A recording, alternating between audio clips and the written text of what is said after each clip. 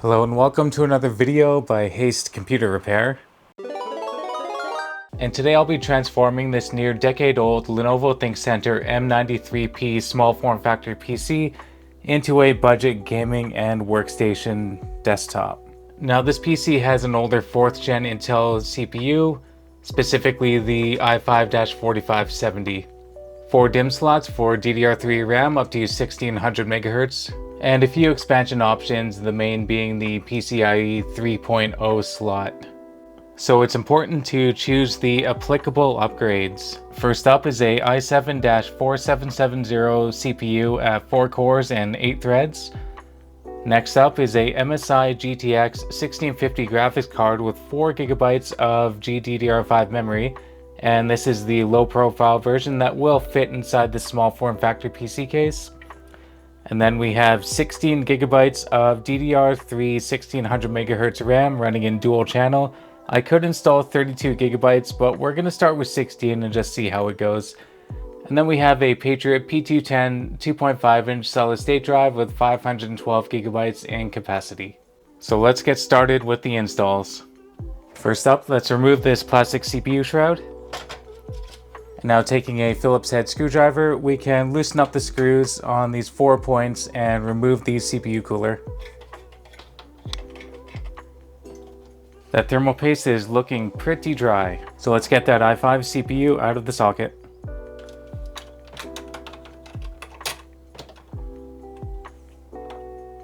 Out with the old and in with the just as old.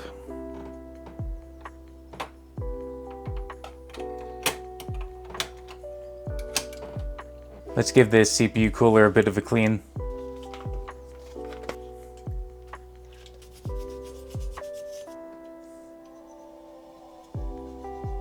And for thermal paste, I have this Arctic MX-4.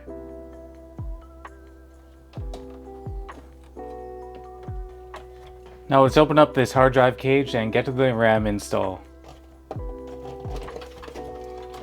I did not mention the brand before, but we're using one called Timetec. In case you haven't heard of it, I've ended up using this many times in the past with 0 errors. Usually there's Timetec branded RAM chips on the sticks, but I see that we have SK Hynix on this one. That's a good sign. Now we're ready for the graphics card. Let's take an extended look at this nice looking low profile card. It features these 2 little fans, a sizable heatsink for, well, the size of the card, and we have one HDMI 2.0, one DisplayPort 1.4a, and one DVI port. Let's get this thing in.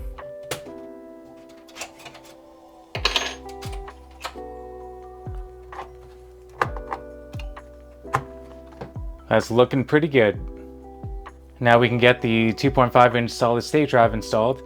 And I chose a 512 GB because right now in 2024, SSD prices are quite expensive and we're keeping this thing to a budget. So I'm going to install it inside this 3.5-inch hard drive bay.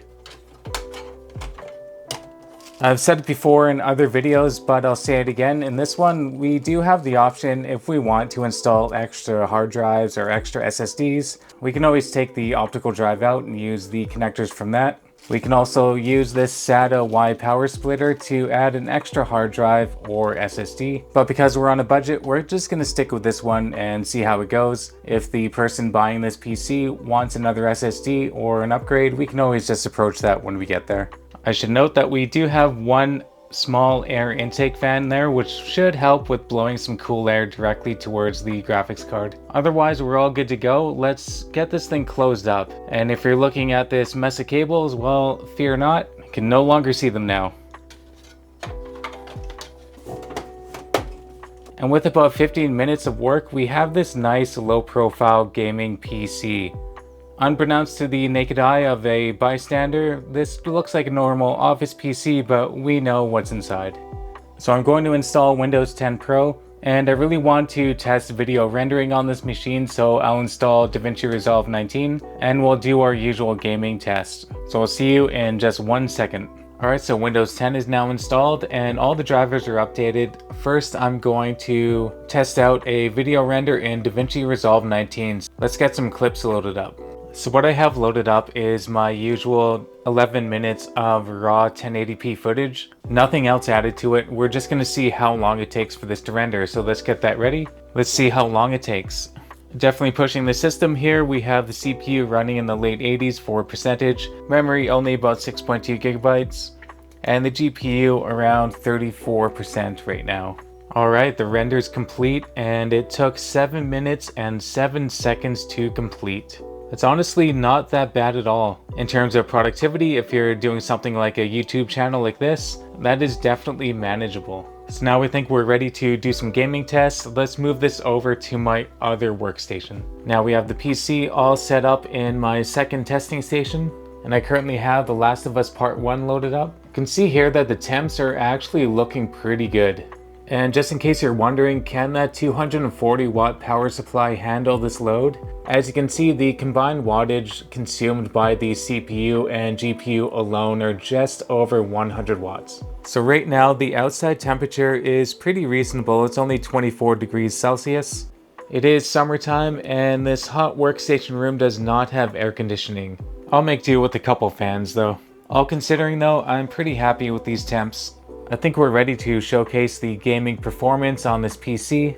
If you're using a similar setup, definitely let me know in the comments below. I'll let the gaming clips play out this video, so while I have your attention, I want to thank you a lot for checking this video out, and hopefully this helps you decide if this kind of upgrade is a good option for you. So thanks a lot for watching and have a great day.